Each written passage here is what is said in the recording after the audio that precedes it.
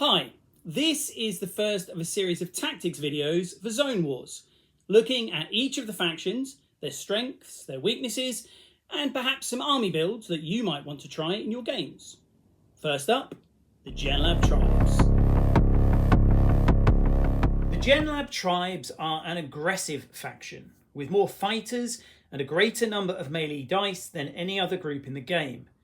But it would be a mistake to think that they are one-trick beasties.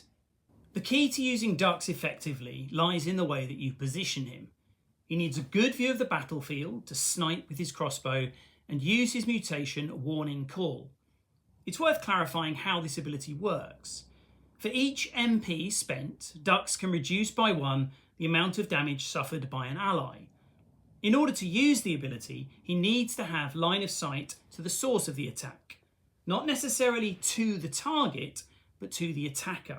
That's why a good vantage point is so vital. In the early game then, try to get Dux up onto some elevated terrain and into cover.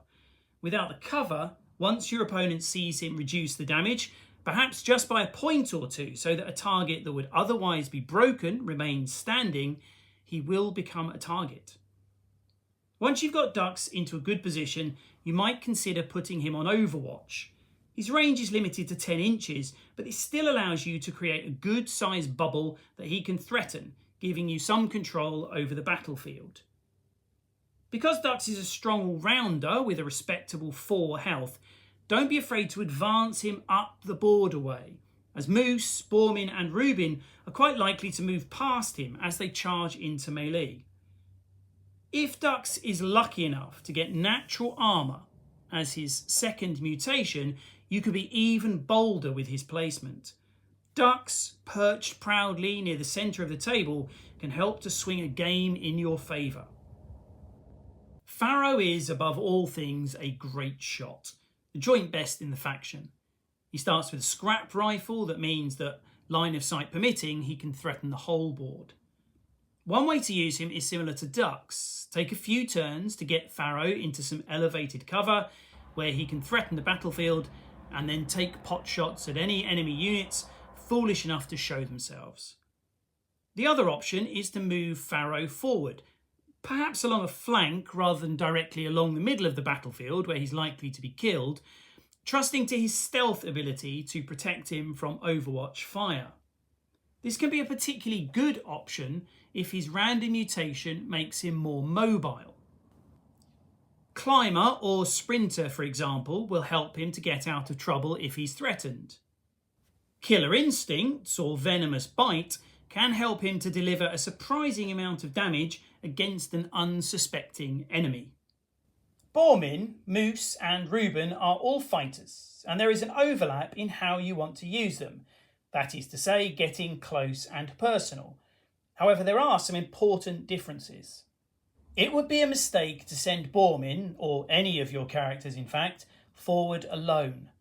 Any character in the game can be taken out with a few well-placed shots or clever use of Mutant's powers. If other characters are simultaneously moving up the battlefield, your opponent will find it much harder to focus their fire. You also want to make clever use of cover. The 4 gear dice provided by being tucked up against cover will often cancel a point of damage, and that can be the difference between getting close enough to wail on an enemy and dying in the dirt like an unwanted stray. Another good tactic is to have Bormin scoop up some artifact tokens as he advances. This can avoid several empty turns where he is just advancing. You might even get lucky and find something fiendish that he can employ in combat. Finally, Bormin's Charger ability gives him the power to remove terrain and inflict extra damage. If he gets to at least the middle of the board, this can be used to hamper your opponent's chances to advance by removing the cover that they would like to use as they close in towards your side of the board. So Bormin, as you can see, is a monster in combat, but you have to use him cleverly. Moose is another big lad with 5 health just like Bormin, and it will take a really good attack to one-shot him. He starts each game with a very solid club and can use his Antlers mutation to pump out extra damage, assuming, however, that he hits in the first place. If not, you can end up wasting endpoints with this mutation, which makes charges and attacks in the rear more important than ever to get the best out of Moose. If Moose gets Climber or Sprinter, he can use them to hunt snipers, closing in on them suddenly and unexpectedly. A clever approach with such attacks can even let him use his knockback ability to dislodge enemies from their elevated position, inflicting extra damage and leaving them in a vulnerable position. Last up, we have Reuben, who is perhaps the most interesting character in the faction. He's a cute little bunny, right? You could probably scratch behind his ears if you wanted to. Oh, coochie coochie. Wrong. He's a killer. A tufty-tailed, fluffy-eared ass kicker. With 5 range and 5 melee, he is a natural-born predator. Armed with a scrap pistol and a hatchet from the get-go, he can dish out the pain both near and far. What's more, his burrower mutation allows him to move past any terrain and ignore Overwatch fire. He can even use it to charge. This makes him sound like an auto-include, surely. Well, these awesome fighting stats do come at a cost. His survival is 2. That sucks. He will fail most checks and fall victim to whatever the zone throws at him. And believe me, the dangers presented by the zone are at least as bad as those your opponent will send your way.